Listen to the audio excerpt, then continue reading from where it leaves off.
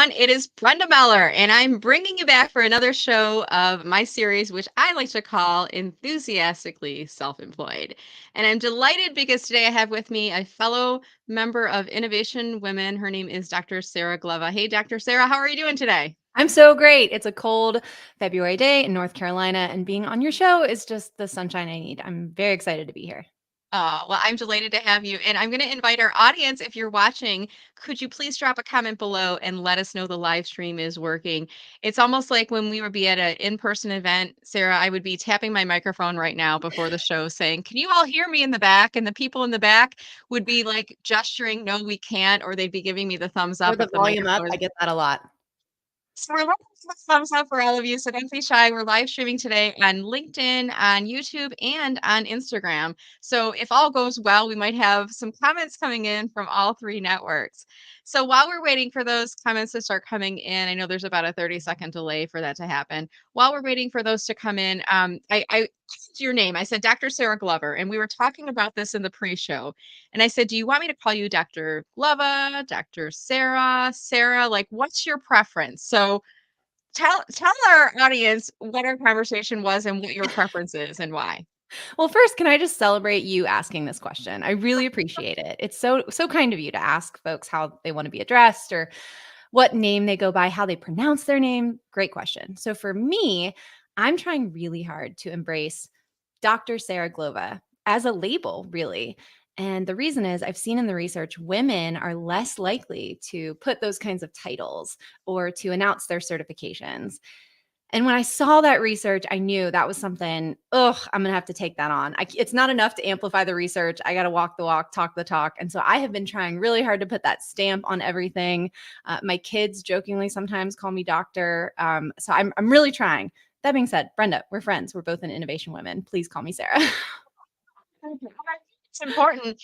And I try to do this to anyone that I see that has a PhD or a doctoral terminal degree. I always ask the question, do you have a preference? And I come from a higher ed marketing background where we work with college professors, and some said, "I want you to call me Dr. So and so." And other people would say, "No, Mhm. just call me Lee, just call me Linda." And it's Yeah, personal preference. But I think especially as women, we shouldn't be not we shouldn't be afraid to say, "I prefer this," or "I earned this 100%. degree and I want to be called Dr. 100%. Glova."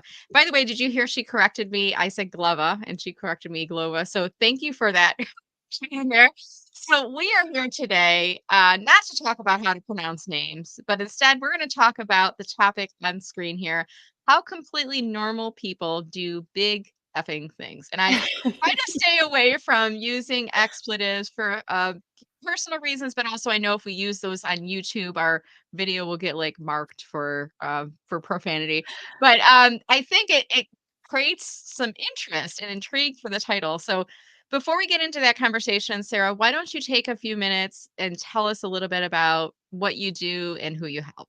Oh, that's so nice. Thank you. So, again, my name is Dr. Sarah Glova, and I'm actually a tech reporter. So, I write a lot about tech and innovation, and I have a chance to interview a lot of people who accomplish really big things. And in that work of writing about people who have achieved great levels of success, maybe building things or starting things or changing things, I just noticed a lot of things the research could show me about what does it take to achieve? What's the art and science of setting and achieving goals? And what I found was that it was so different from what I thought it would be. And what I was really raised to see is like how we set and achieve goals. What I was taught in the school system, it's very different from how it actually happens. And so we know each other through Innovation Women. I'm also a speaker. I do a lot of training on communication and on goal setting. And so I started bringing this research into my work. And now I work with individuals, teams, organizations on this concept of how do we set and achieve really big goals? How do completely normal people do big freaking things? And that's even better than effing, right? That's great. So yeah, I mean, there's probably some people watching that were intrigued by the title and they're like, yeah, how can I do big freaking things? So what advice do you have for them? Oh gosh. So one of my favorite things when I start is just to talk about what it looks like for me when I interview people who have accomplished really big things. And so if you can imagine, maybe think of your favorite reporter, whether you think of like a Lois Lane, or if you're like me and you kind of grew up with with 90s icons. You think of like a Rory Gilmore, right? Like picture that person who's interviewing someone.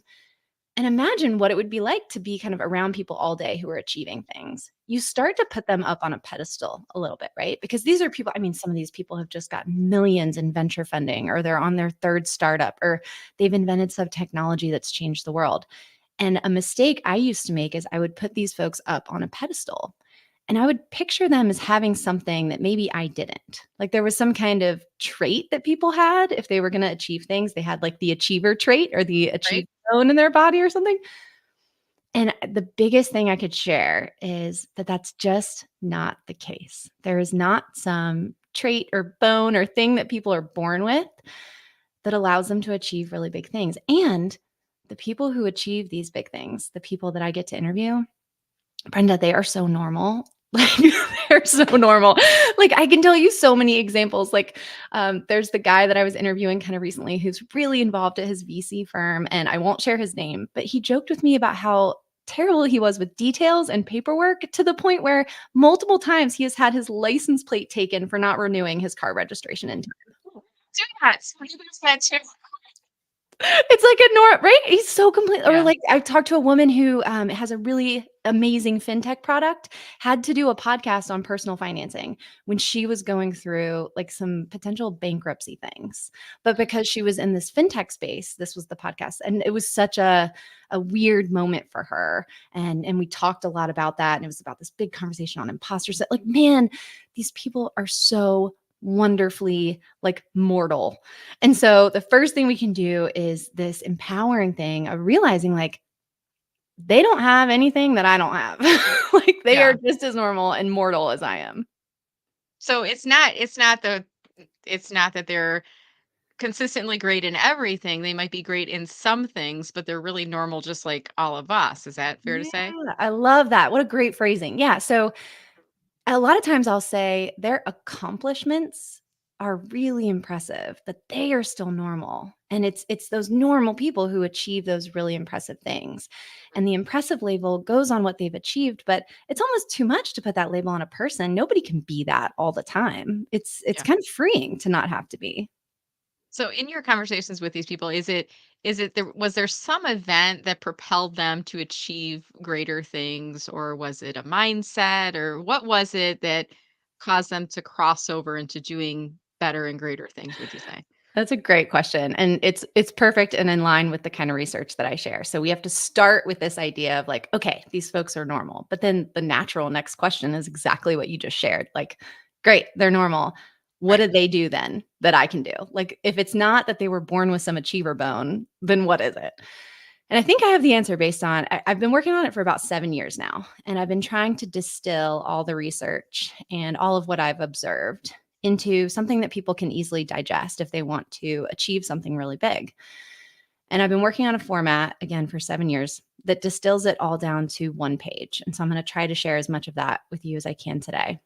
The most important thing that I notice that these folks do is when they identify a goal, they make it really, really personal. I'll even use our word again, Brenda. I'm going to say really frickin' personal. So, Yeah. as an Okay. example, let's say you tell me you want to write a book. That's a really common one for folks. I would ask you why you want to write a book. I would ask you what impact your book's going to have. What does the world look like before your book? What does it look like after your book? And then I'm going to ask you, this one's a little bit more rare. What strengths do you have that are going to help you write a book? And that one's really important because what we find in the research and what we find in people who achieve things, there's 100 ways from Sunday you can write a book, right? You could write a Right. blog and use each of those blog posts as inspiration. You could self-publish. You could work with a literary agent. Like there's so many different ways to do it. You could have a podcast where you interview folks and you could write a book about your takeaways, right? There's so many ways. So when Brenda writes a book, what skills are you going to use? And where can you put that information so that you can come back to it? And here's why. When you start to pursue this goal, you're going to be presented with opportunities.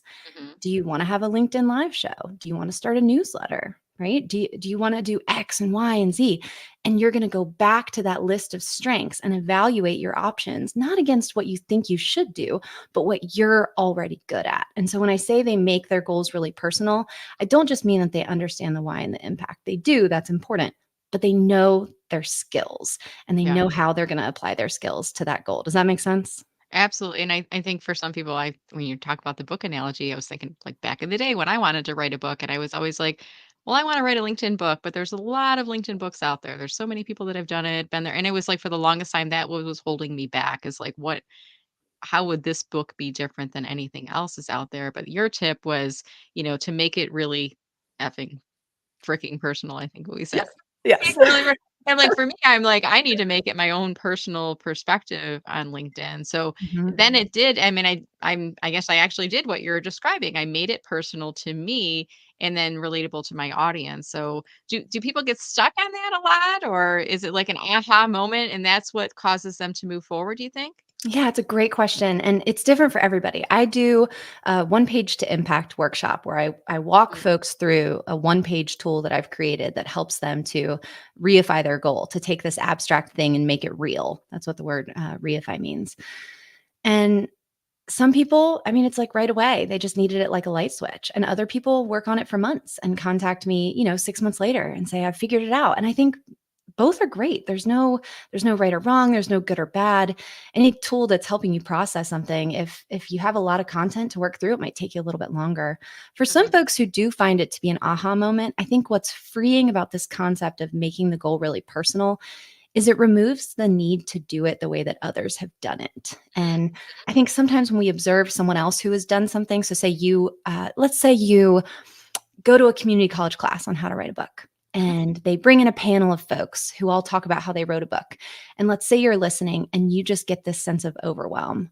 mm, Like they're talking about how they woke up at 5 a.m. and wrote every day. And the person right. next to them on the panel is like, I did that too. And you're like, well, that's never going to be me. So I guess I'm not going to write a book. And there's a sadness with that of I have this thing I want to say, but I can't write a book because I can't be like them. I had this. So when I wanted to be a speaker, I don't know what this looked like for you when you decided to kind of join Innovation Women and Mhm. be focused on speaking. But for me, I held off for a long time because I was like, I'm not Tony Robbins. I have a voice made for libraries, not for stages. Like I'm a nerd. I don't want to be there. I want to be at home with a book. Like I'm Yeah. not them was the big and it was once I made it really personal and I focused on what I wanted my impact to be. And I looked at my skills and I have skills in research and in storytelling. And those are not the same skills as Tony Robbins, but the world already has a Tony Robbins. And so it's okay if I don't speak exactly like him.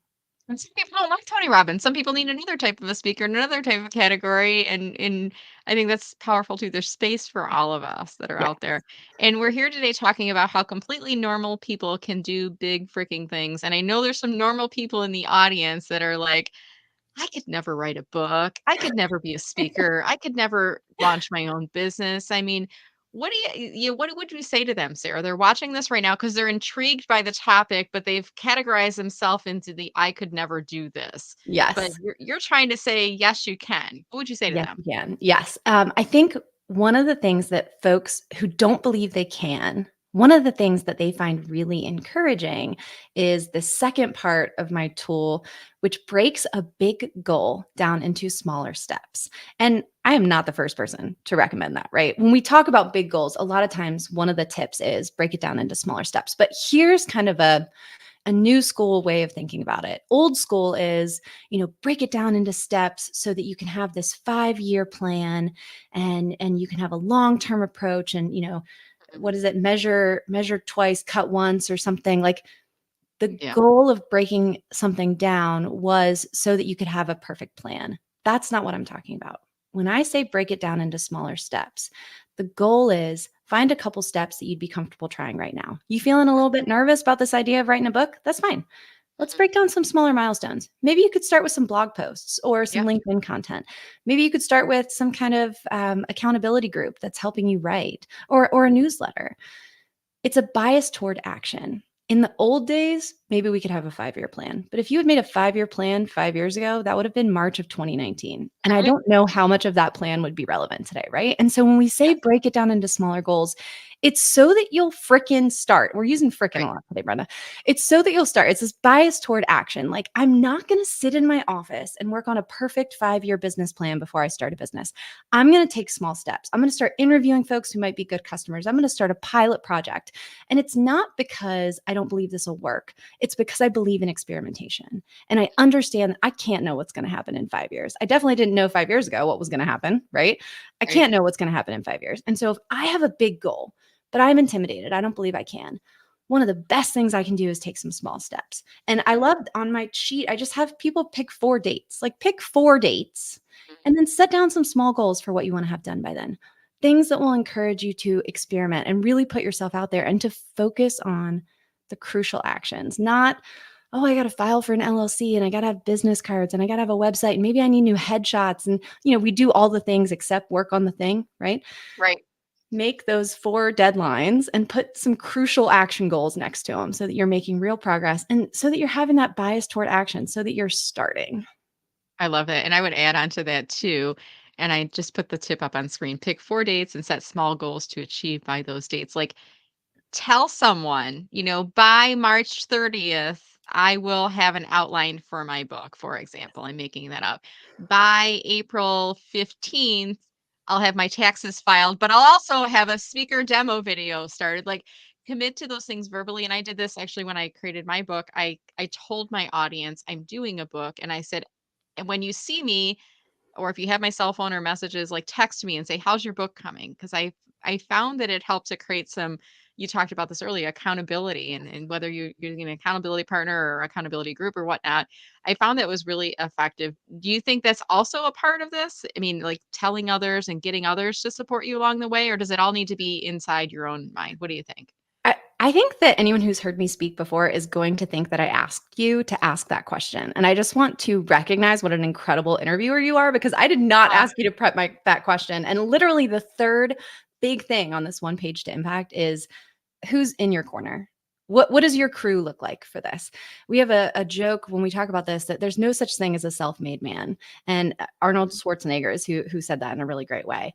And it's this idea that, look, if you want to do something big, you're gonna need people to help because you're gonna stumble. And so here are some things you need. And what I have people do when they're doodling this on one page is I make sure they have folks that fill these specific roles. One, we've already talked about accountability.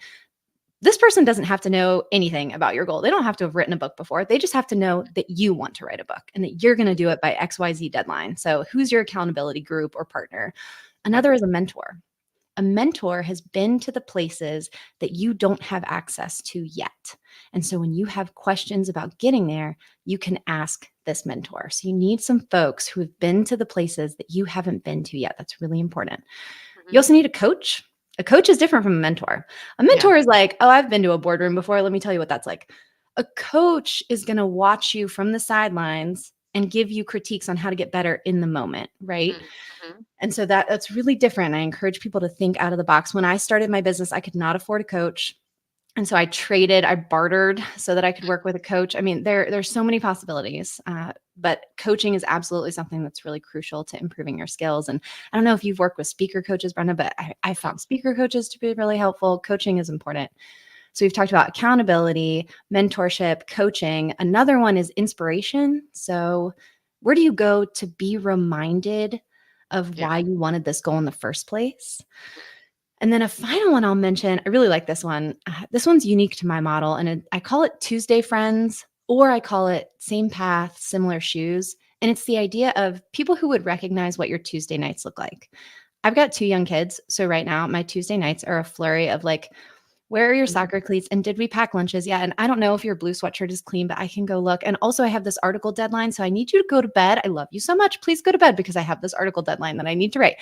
Yeah. Do I have people in my network who would Mhm. recognize what those Tuesday night looks like with like Mm. very little explanation? And this is really big for my community of firsts. So people who are the first woman in that position, the first Black woman to speak at a national sales conference, or the first Hispanic woman to lead a major contracting organization in the state. I'm Mhm. so impressed by folks who are firsts, but I recognize that they often have hurdles that are really difficult. And they have the additional burden of having to explain what those hurdles are because Right. very few people directly around them can understand and recognize what their Tuesday nights look like. And so, really, Mhm. for anyone, but especially for that group, having a community of people who can quickly understand that is absolutely crucial. Just hands down, one of the most important things. So, to Mhm. your big question of do we need people to support us? Whether you're working on that first part of like, what is my goal? How do I make it really specific to me? Or that second part, how do I break this goal into small deadlines? What you're going to do again and again is bring that back to your network and get fueled up there as you're sharing your ideas and sharing your plans. And it kind of works in this beautiful flywheel. And that's how completely normal people get big freaking things done. So what's that, everyone? So no, we got it all worked out. We got the formula for you and everything. And it's funny that, I'm all kidding aside on this. It's funny how you say these things. And I'm like, as you were speaking, and I kind of put the different roles up on screen, and I want to pull coach and inspiration back up on here because I've heard this from so many people. And as you were talking, I was like, yes. For me, when I wanted to get better as a speaker, I found, there's either you can work with a one-on-one coach, or there's Mhm. online programs, or there's communities, or masterminds or things like that. But I surrounded myself with people who were speakers. Yeah. And that was part of the reason I joined Innovation Women, which is a really great community of women speakers. We lift each other up, we support each other, we share questions and whatnot. But I also think that there's something to be said of working with a coach. If you want to get there faster, working with a coach, they're going to help you. Just like if you were playing on a sports team, a coach is going to help you to understand what you did right, what you could be doing better, and where you might need additional skills. You need to work out at the gym, or you need to do some more running, or you need to get more protein in your diet. They're going to help you to get there faster. And there's so many people I find, Sarah, that they'd say, "Well, I'm not there yet in my business. I don't have the money to spend or invest in that." But I also kind of feel like, how much more money are you losing by waiting for that investment? Do you have any thoughts on that, either from personal experience or otherwise? Yeah, I do. And I just want to recognize there really is no right answer. And at the end of the day, I feel really passionate that this work should be about unlocking potential and not adding additional pressure. Um, Mhm. Putting that in a different way, I am so tired of people telling, especially women, what to do. So I am not telling y'all what to do. I really am not. And I trust that you know what is best for you. Um, Yeah. what I'll mention that we see in the research is how beneficial things like mentorship and coaching can be. That being said, if that's not something that's within your budget right now, I want to encourage you away from black and white thinking of, well, I can't do that until later, because there are other options.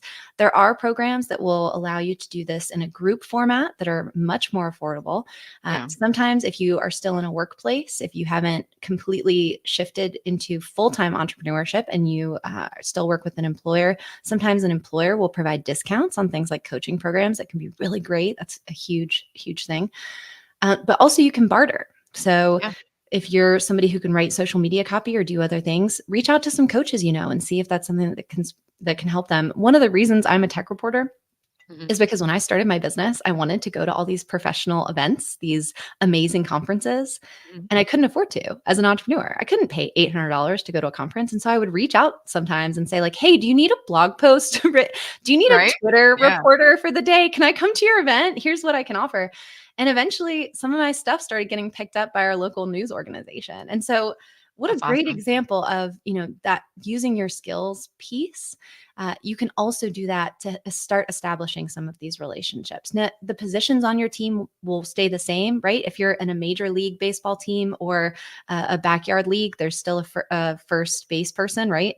Clearly, Mhm. I know the terms well, first base person. I can correct you on it if you got it wrong, if that makes you feel any better, I Sarah. really, yeah, okay. Then first base person, very official. So as you move up to the major leagues, the talent of the people in those roles and their experience is obviously going to change, but these positions will stay the same. And so right now, when you're networking, try to find folks who will fill these roles. And then as you continue networking and building that network, you're going to have different people switch out Yeah. and be in those roles. And you'll have access to different resources to make that happen.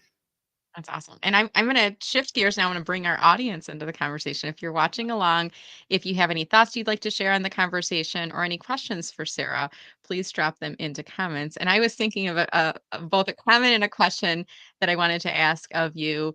First, the comment. A lot of times when I hear women using sports analogies, and myself, I struggle through them sometimes too, because I'm like, am I using a football analogy and I'm meshing it with hockey? And I kind of don't know. Why don't we start using analogies for things that we know?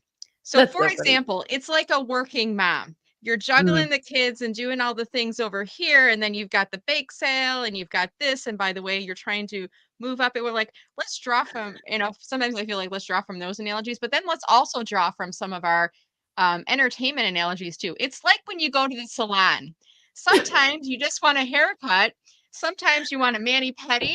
Sometimes you want the mani pedi and a European facial and a back rub, and like there's other analogies. I think we should start bringing those in, Sarah. What do you think? Like let's not just use the football analogies, but let's use the salon analogies and other fun things. What do you I'm think I'm about a that? Are fan you of in on words, this? honestly. So whatever metaphors you like, I'm a fan of words. I will Yeah. say I think it's helpful to have universally recognized metaphors. Yeah. And it's interesting that we often assume that things like sports are universally recognized. And it's interesting that we might have an opinion on whether things like an experience at the salon would be as universally recognized. And Right. I think we could do a whole separate episode on That's that. another show. We'll talk Brenda, about yeah, that. separate show. But I will say I do find the sports metaphors to be helpful. And Yeah. I played women's lacrosse. And so the sport that I played, the positions are not as universally recognizable as Mm. baseball. So I maybe I'll start pulling those in next time though. Yeah, we'll have to think about this. And I pie is like part of my personal brand, Sarah. Like the baked good pie is like Mm, part of my brand. I've got a book called Social Media Pie, and a lot of times I'll say, how can we get a bigger slice of this pie? Or, is a pie pointing at you? So I'll use those analogies, but I think it helps to create some relatability, I think is what you're really mm. getting at with your viewer. My question for you, and again, I'll encourage our audience, don't be shy. If you have any comments or questions, drop them below. But my question for you is about this topic, and especially the word of the moment, really. How completely normal people do big freaking things.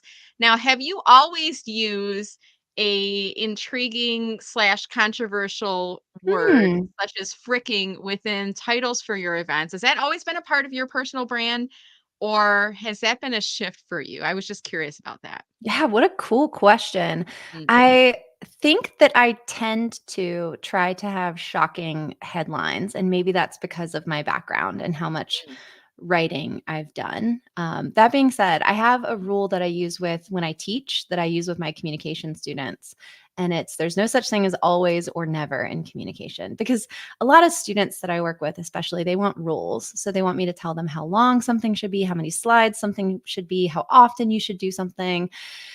And at the end of the day, it's contingency theory, right? It depends. And so I thought that this title was so much fun. I loved coming up with this for you. I thought it was great for your amazing show.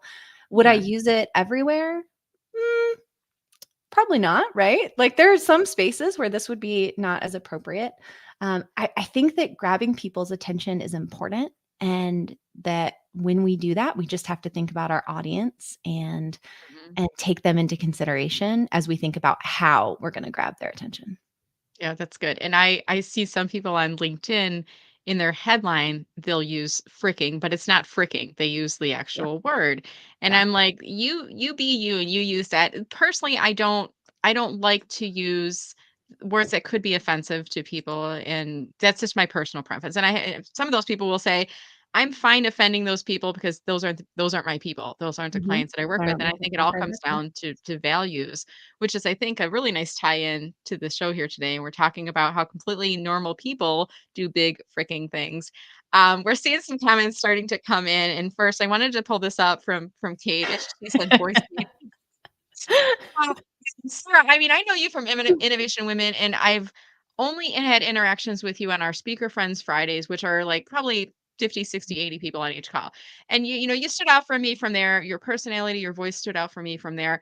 And I kind of feel like I hear what you're saying. You've got a voice for libraries, but I feel like you have this presence about you that would Mm. make it makes you successful as a speaker. Have you always been like that, or how did you get good at speaking? That oh gosh, that is I love answering this question, but also I find it hard to do it quickly, and so I'm gonna give myself a say this quickly challenge. Emphatically, no, I was not always somebody who felt like they could speak in front of people. But what Yeah. was holding me back was a lot of my own mindset. I was a very shy kid. I struggled to believe that I had things that other people really wanted to hear. And I credit a lot of teachers who I had who encouraged me to speak and to write. And it was a slow evolution. Now, once I got into my career, I started in academia. And so I had to teach and I worked with students. And I cared more about working with those students than I was afraid of speaking, if that makes sense. And so Mhm. I felt really empowered by this research backed information that I was sharing with these students. And I really cared about them. So I experimented with different ways to help them learn the content. And that's what started to give me confidence. And that's what made me start to question, right? Like, maybe I could. I mean, I'm not Tony Robbins, and I've been saying to myself, like, I'm not Tony Robbins, that's a bad thing. But what if that just is? Like, I'm Sarah. What if I speak like Sarah? And so when I stopped adding a layer of, oh my gosh, am I being loud enough? Am I being entertaining enough?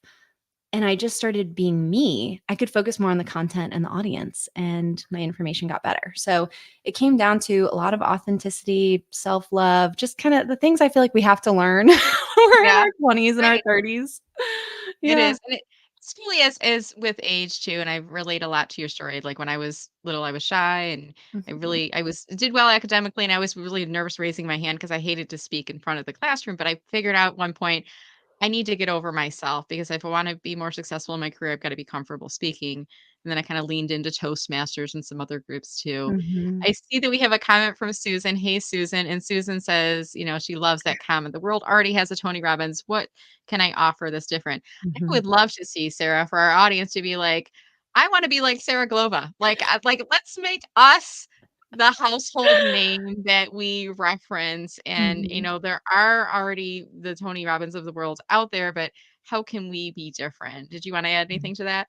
Oh, I'm just so happy that you're amplifying that message because it's one that I care about a lot. And again, this is so much more than, kind of an affirmation. And I'm not saying anything negative about affirmations. What I'm trying to emphasize is there is so much research to show the impact that mindset shifts like this can have on our work. It's more than just an affirmation to say, it's okay for me to be different. And if I'm more authentic, maybe that'll help me level up in my work. There is research that shows that this is true and that it has a big impact on your ability to lead, on your ability to communicate, and on your ability to achieve really big things. So I'm very happy that you're amplifying that. That's awesome. So moving to another conversation thread, I see a lot of people commenting on when we're talking about sports, and one person I'll show in a second. He said he's going to start using salon metaphors in his I speech. love But it.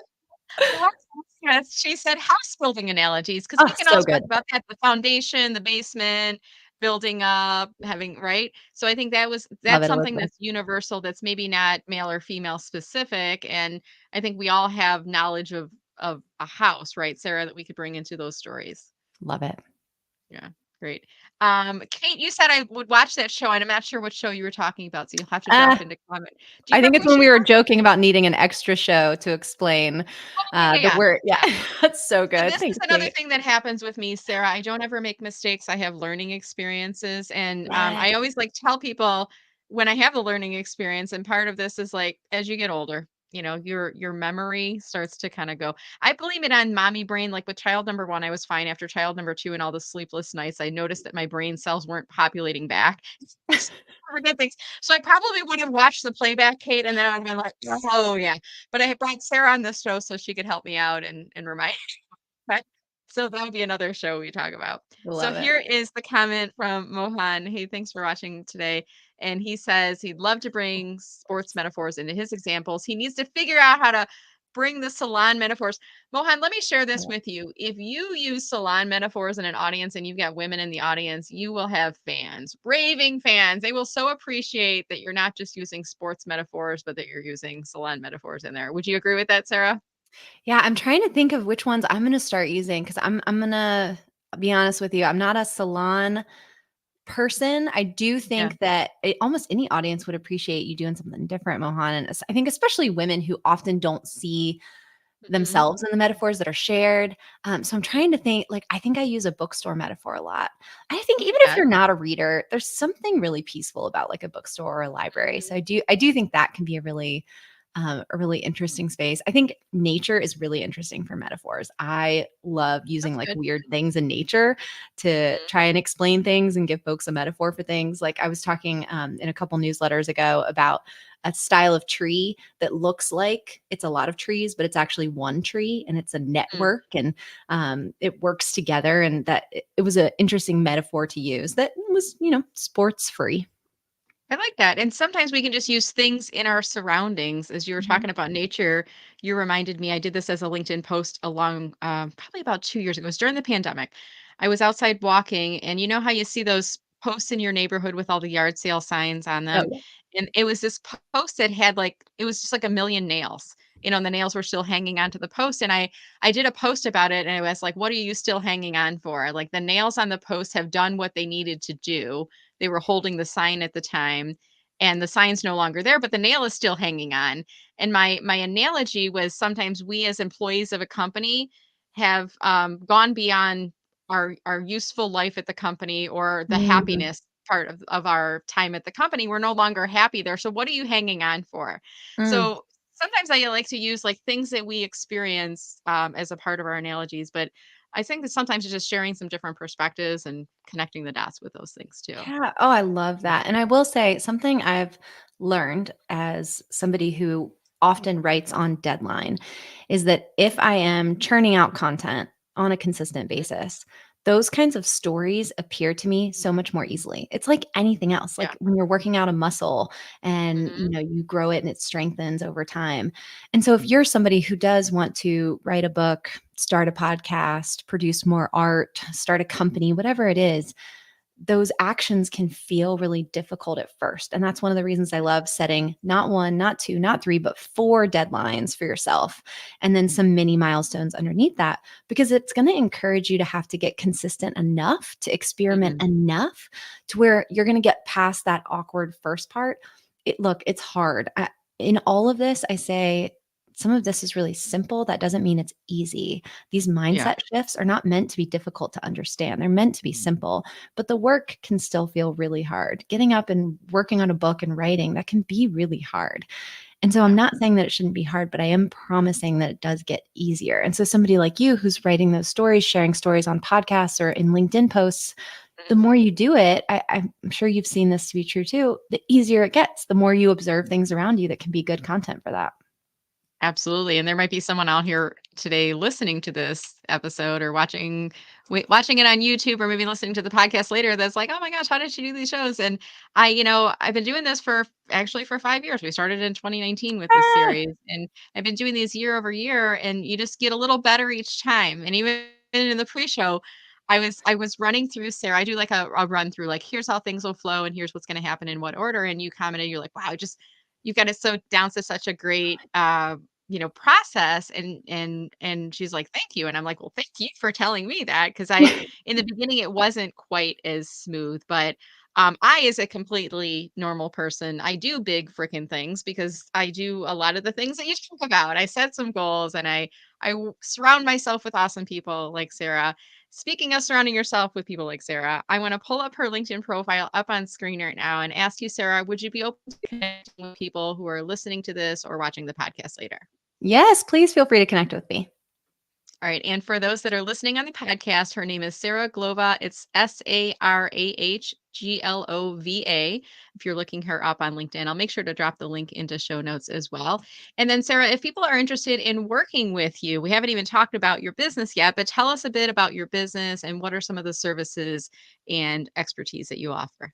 Oh, well, thank you for the chance to talk about it. I love going to association events, industry events, working with companies, and speaking about this very topic. So, if you're an organization with members who care a lot about accomplishing their goals, who want to try to remove some of these barriers, who are trying to keep up in this rapidly changing world, or maybe they're struggling to communicate what they want, I would love to come and speak at your organization. I'm so touched. I saw that Elizabeth, who's in our comments, mentioned she's going to see me coming up in April. I'm visiting a symposium held by an awesome organization. They're known as the Association for Independent independent, so we talk about entrepreneurship a lot, information professionals, so AIIP. And I'm keynoting their conference, and we're talking about this very topic. We're going to go over the one page to impact. So if you're an organization who wants a speaker to come in and talk about these topics, I would love to do that. And you can check me out on my website, saraglova.com. All right. Again, that's SARAHGLOVA.com for those that are listening on the podcast later. Sarah, this has been such a delightful conversation. I got the chance to know a little bit more about you today, and it's such a fun topic, how completely normal people do big freaking things. I've learned some great insights from you, and I just want to thank you so much. Is there any final comments you'd like to share with folks about this topic? Absolutely. And I have to say, when you took wedding pictures and your face hurt from smiling so much, that's how I feel. I've been smiling so much this whole show. This has been so fun. Thank you for putting this together. And thank you for bringing some light on this topic. The thing that I try to end with all the time is like, look, this is a little bit critical. Our world has some really big problems in it and needs a lot of new voices. And so we need you, we need your idea, we need your art, we need your business, we need your new tech, whatever it is. We really need it. And so I hope that after hearing this today, you feel a little inspiration to not just believe in yourself and believe that you can do it, but also to take some action and to recruit some folks to help you, because we really do. We need to see it. We're counting on you, and you can totally do it. You've got this.